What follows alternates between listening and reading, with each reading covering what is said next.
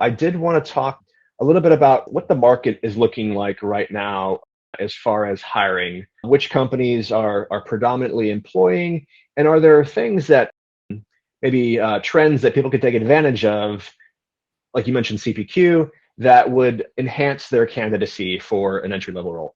Yep, that is a great question. I think it depends. No surprise, it depends on the subvertical.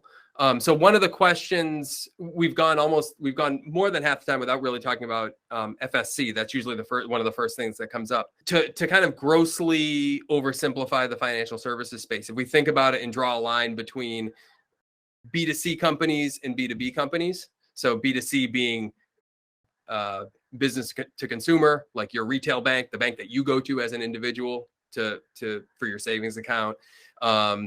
An insurance company, an insurance broker where you go to get your insurance policy, right? These are all B2C companies. The B2B companies are generally the bigger companies, the asset management companies that are doing business with other businesses. I would say if you're in the B2C space, financial services cloud is one that's great to know. It's great to know because of it as a tool that you can use. It's also really great from a learning perspective, like learning the concepts and the features that are important is really important. Also, FSC, as you know, Salesforce and the product folks would tell you, it's not just a B2C tool, but it has grown up as it started, I think, in the banking space. So it's more, there's sort of a longer history of B2C work on FSC as opposed to in the capital markets or B2B space. So long story short, FSC plays everywhere, but in particular, it has a long history in B2C. So that would be one that would come to mind. I personally think Tableau is it's worthwhile to be aware of the capabilities there in the financial services space. I think that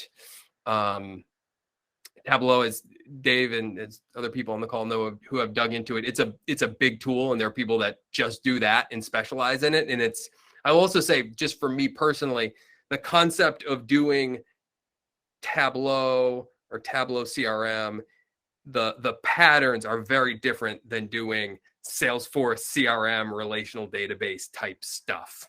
Very different. So I'm careful to say, I wouldn't try to be a specialist in Salesforce and in Tableau. Not saying that. Worth knowing the capabilities though, and what it can do, and where like native Salesforce reporting stops and Tableau starts, like that's really valuable. But I don't want to sound like sort of repeating the same thing, but I think it's core Salesforce plus good business requirements capabilities and business analysis capabilities, I think is really it's still a strong package, even though it's not the most exciting stuff. I think it's what a lot of companies need is really good core CRM and really good business analysis.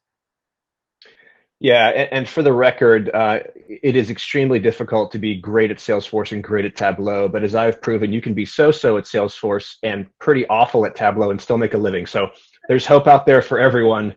I will not be sharing my Tableau dashboards with you. Yeah. So going back in the questions.